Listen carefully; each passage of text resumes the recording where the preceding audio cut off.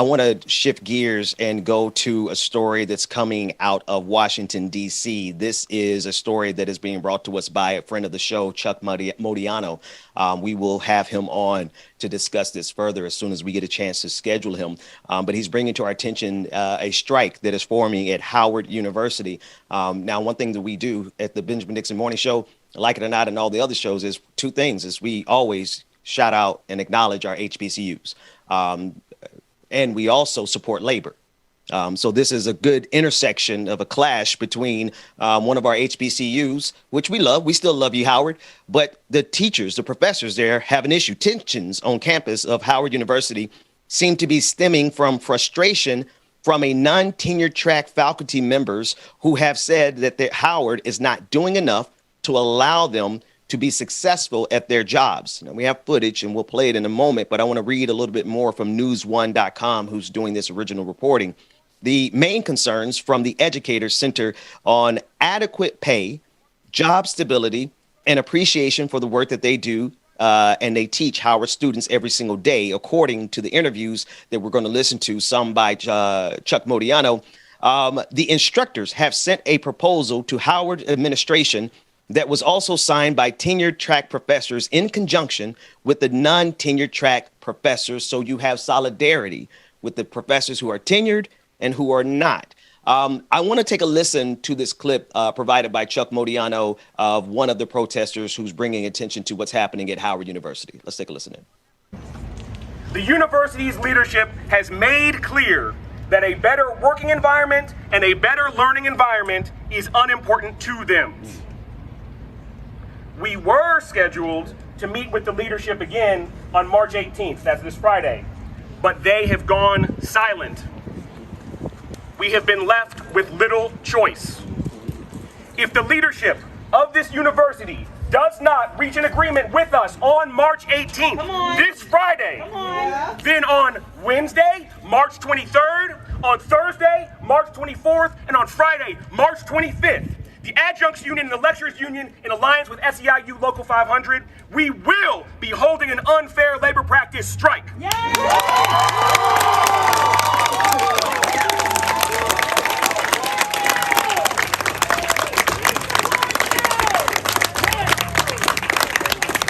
calling on our tenured and tenure track colleagues to stand with us and honor our picket lines during the strike.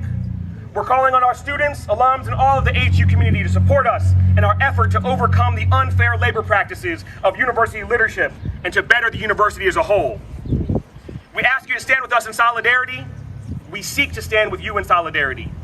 Like I said earlier, these have been individual fights for far too long, and we have not seen the movement any of us need. So now we all need to come together and get the movement that we require. Thank you. Now, a few of the supporters at the demonstration said that Howard University was not negotiating in good faith, and that the educators, or rather negotiating in good faith with the educators, and that a huge aspect of the institutional dysfunction was falling on these professors, and they were being asked to pick the pieces up. And then again, also shout out to Chuck Modiano for that clip. You can follow him on Twitter at Chuck Modi, MODI1, to get more information on this. We'll have him on the show next week. But I also want to give a shout out to the SEIU local, I believe he said local 100, who is helping organize this strike. We at the show, we stand in solidarity with labor, no matter where we find it. Workers, wherever you are around the world, need to stand in solidarity because, as our last guest was saying, we're fighting for 15 an hour. Truth of the matter is, you could barely get by on 15 an hour in most cities across this country, metropolitan cities most certainly. 19 an hour sounds reasonable if it was caught up with the efficiency of the American worker. If minimum wage matched the efficiency of American workers, minimum wage would be $24 an hour or $27 an hour. It's certainly more than 19, certainly more than 15, certainly more than the $7 that you get now that's minimum wage. So we stand in solidarity with all teachers, with all workers, including teachers. I want to play this clip from Georgia Fort's coverage of the Minneapolis teacher strike. This is something we've been covering for some time here on the show because Georgia Fort has provided the footage. This is the teacher strike 1 week later. Let's take a look at it.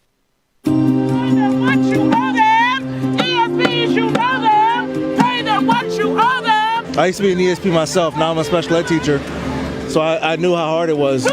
We all want to be back with our kids, but in order to move forward, we have to be out here.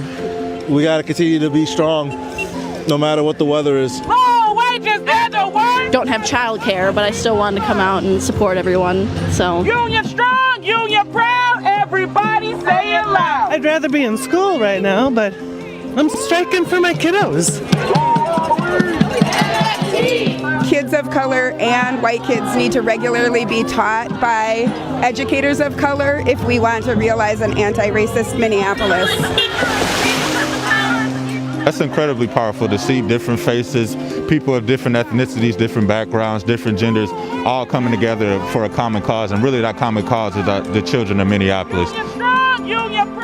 I'm a dean of behavior support staff. We don't make much. You can literally go to Target and make more than what I make. So it's not about, for me, it's not about the wages. It's about being equitable and being fair and being able to increase the quality of education for our children.